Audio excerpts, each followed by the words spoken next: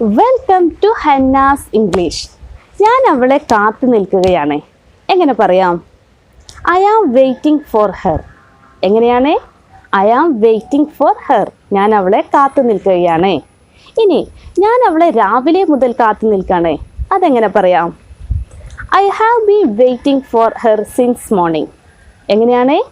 I have been waiting for her since morning. ഞാൻ അവളെ രാവിലെ മുതൽ കാത്തു നിൽക്കുകയാണ്. സിൻസ് മോർണിംഗ് എന്ന് പറഞ്ഞാൽ രാവിലെ മുതൽ. ഐ ആം വെയിറ്റിംഗ് എന്ന് പറഞ്ഞാലും ഐ ഹാവ് ബീൻ വെയിറ്റിംഗ് എന്ന് പറഞ്ഞാലും കാത്തു നിൽക്കുകയാണ് എന്ന് തന്നെയാണ് അർത്ഥം. രണ്ടിൻ്റെയും അർത്ഥം ഒന്ന് തന്നെയാണ്. പിന്നെ എന്താണ് ഇവ രണ്ടും തമ്മിലുള്ള വ്യത്യാസം? ഞാൻ കാത്തു നിൽക്കുകയാണ് എന്ന് മാത്രമാണ് പറയുന്നതെങ്കിൽ ഐ ആം വെയിറ്റിംഗ് എന്ന് ഉപയോഗിച്ചാൽ മതി. ഇനി അതല്ല, ഞാൻ കുറേ നേരമായിട്ട് കാത്തു നിൽക്കുകയാണ് എന്നാണ് പറയേണ്ടതെങ്കിൽ ഐ ഹാവ് ബീൻ വെയിറ്റിംഗ് എന്നുമാണ് ഉപയോഗിക്കേണ്ടത്. അപ്പോൾ ഇവ രണ്ടും തമ്മിലുള്ള വ്യത്യാസം മനസ്സിലായല്ലോ. ഇനി ഒരു ഉദാഹരണം നോക്കാം. ഞാൻ അവളെ കഴിഞ്ഞ 3 മണിക്കൂറായിട്ട് കാത്തു നിൽക്കുകയാണ്. എങ്ങനെ പറയാം? അപ്പോൾ കുറേ നേരമായിട്ട് കാത്തു നിൽക്കുകയാണല്ലോ. കഴിഞ്ഞ 3 മണിക്കൂറായിട്ട് കാത്തു നിൽക്കുകയാണ് എന്നാണ് പറയുന്നത്. ഇതെങ്ങനെ പറയാം?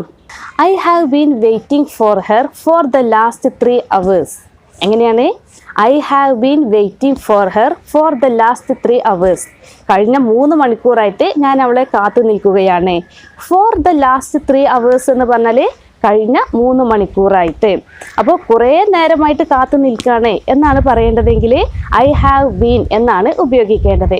ഇനി അതല്ല, കാത്തു നിൽക്കുകയാണ് എന്ന് മാത്രം പറഞ്ഞാൽ മതിയെങ്കിൽ ഐ ആം വെയിറ്റിംഗ് എന്നും ഉപയോഗിച്ചാൽ മതി.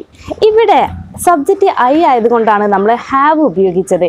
ഇനി സബ്ജക്റ്റ് സിംഗുലർ ആണെങ്കിലോ, അതായത് ഷീ, ഹി, ഈ സബ്ജക്റ്റുകളാണെങ്കിൽ ഹാസ് ആണ് ഉപയോഗിക്കേണ്ടത്. ഇനി നിങ്ങൾക്ക് സ്വന്തമായിട്ട് ഇംഗ്ലീഷിലേക്ക് ട്രാൻസ്ലേറ്റ് ചെയ്യുന്നതിന് വേണ്ടി ഞാൻ കുറച്ച് മലയാളം സെൻറ്റൻസുകൾ തരാം. നിങ്ങൾ അതൊന്ന് ഇംഗ്ലീഷിലേക്ക് ട്രാൻസ്ലേറ്റ് ചെയ്യുന്നതിന് വേണ്ടി ശ്രമിച്ചു നോക്കാം. 1.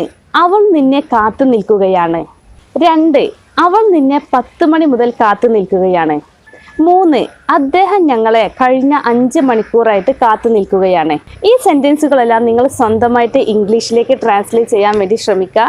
ഇതിൻ്റെ ശരിയായ സെൻറ്റൻസ് ഞാൻ ഡിസ്ക്രിപ്ഷൻ ബോക്സിൽ കൊടുത്തിട്ടുണ്ട്. പുതിയൊരു ടോപ്പിക്കുമായിട്ട് അടുത്ത വീഡിയോയിൽ കാണാം.